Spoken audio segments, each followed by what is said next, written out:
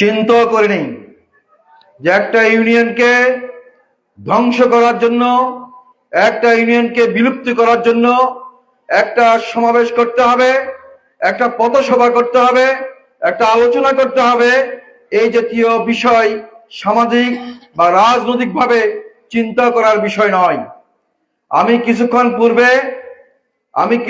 পূর্বে সন্দীপ সংযোগকে যে কথাগুলো বলেছিলাম তা আজকে এখানে আবার আমাকে বলতে হচ্ছে। আমরা এই হরিশপুর আমরা লড়াই করেছি নদীর সাথে, নদীর কোরাল ঘাসে হরিশপুরের বিশাল অংশ ভেঙে গিয়েছে, আমাদের ঘর বাড়ি ভেঙে গিয়েছে, আমাদের সেই কবরস্থান থেকে শুরু করে শ্মশান ভেঙে গিয়েছে, আমাদের ঐতিহ্যবাহী সন্দীপ টাউন ভেঙে গেল, আমাদের শত বছরের পুরনো ঐতিহ্য ভেঙে গেল, আমাদের হৃদয় খান খান হয়ে গেল। তারপরে এমন পর্যায়ে 1999 সালে পৌরসভা গঠন করা হলো। আমার প্রশ্ন জাগে, যদি 1999 সালে এই পৌরসভার গঠন প্রক্রিয়ার সময় যিনি বা যারা এই পৌর প্রশাসকের দায়িত্ব ছিল তার কি ষড়যন্ত্র, আমি সেই ষড়যন্ত্রের গন্ধর কথা কি আমি বলবো না? আমি কি সেই ষড়যন্ত্র খুঁজে পাই না? যিনি পৌরসভার সেই সময় দায়িত্বে ছিলেন, আমি তাকে বলবো তিনি নিঃসন্দেহে হরিশপুরের জন্মগতভাবে ছেলে ছিলেন না বিদায় আজকে তিনি সেই দিন স্বপ্ন এঁকেছিলেন যে হরিশপুর নামে একটি ঐতিহ্যবাহী ইউনিয়নকে আমি পৌরসভার সাথে অন্তর্ভুক্ত করে দিয়ে এই নামটাকে আমি ঘুষিয়ে দেব। আমি তো এই কথা বলতে হয় না হলে পৌরসভার যে সীমানা নির্ধারণ করা হয়েছে সেই গুপ্তছড়া রাস্তা, দেলোয়ারকার রাস্তা এবং নাজিরহাট সংযোগ সড়ক, এই চার পাশে এই হরিশপুর পৌরসভাকে নির্ধারণ করা হয়েছে। রহমতপুরের কিছু অংশ, হারামিয়ার কিছু অংশ, বাউলের কিছু অংশ এবং হরিশপুরের 4টি ওয়ার্ড নিয়ে 9টি ওয়ার্ড মিলে পৌরসভা গঠিত হয়েছে। অবশিষ্ট হরিশপুরকে পৌরসভার সাথে সম্পৃক্ত করতে হবে। এই বাসনা কেন জাগলো? এই কাজ কেন জাগলো?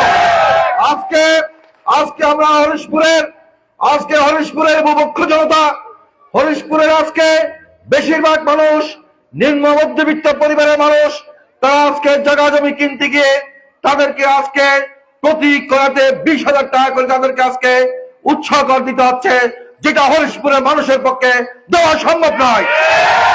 আমরা সেটা দেব না। আমরা আজকে আমি বলতে চাই, আমি আজকে সঙ্গত কারণে, নদী ভাঙ্গার কারণে আমি হরিশপুরের পূর্ব মাথায় আমি আমার বাড়ি করেছি। আমার কাছে সেই সময়ে বিভিন্ন ব্যাপার ছিল, কমপ্লেক্সে বাড়ি করার, গুপ্তছড়া বাজার বাড়ি করার, সেনাহাটে বাড়ি করার। আমি সেই দিকে যাই নাই। আমি বলছি আমি হরিশপুরের রাজপথে হলো আমি হরিশপুরের সন্তান হিসেবে থাকতে চাই। আজকে তাই সেই সুবাদে আজকে আমি এখানে আসছি। আমি আজকে আপনাদেরকে বলতে চাই সেটা হচ্ছে আজকে এই প্রথম শুরু। আমার প্রস্তাব থাকবে দলের সম্মানিত আহ্বায়কের কাছে। প্রথমত আমি বলবো 7 বা 11 সদস্য বিশিষ্ট একটি কমিটি গঠন করা দরকার, সর্বদলীয় গঠন করা দরকার।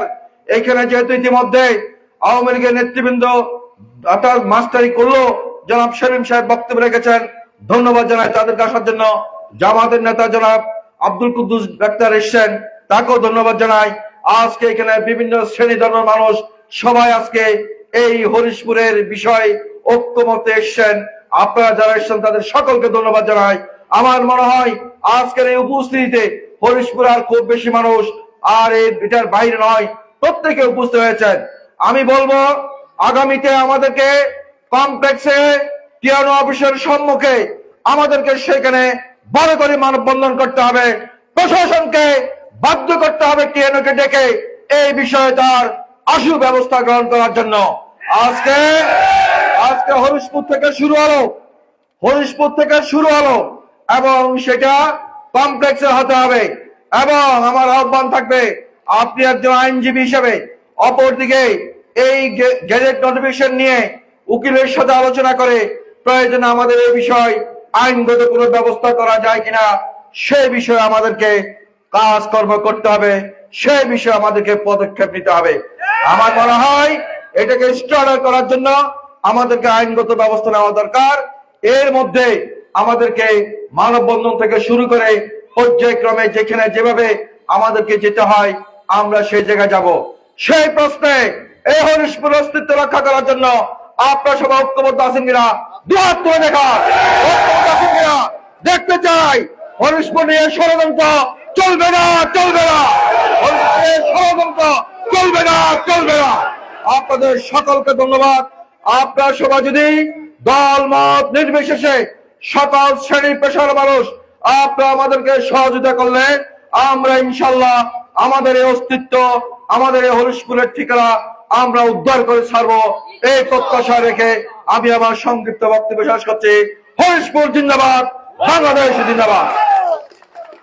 এখন আপনাদের সম্মুখে দিক নির্দেশনামূলক বক্তব্য রাখার জন্য আহ্বান করছি আমাদের দলের আহ্বায়ক এবং এই হরিশপুরের কৃতি সন্তান জনাব অ্যাডভোকেট আবু জাহিদ সাহেবকে বিষয়ে গুরুত্বপূর্ণ বক্তব্য রাখার জন্য আহ্বান করছি। জনাব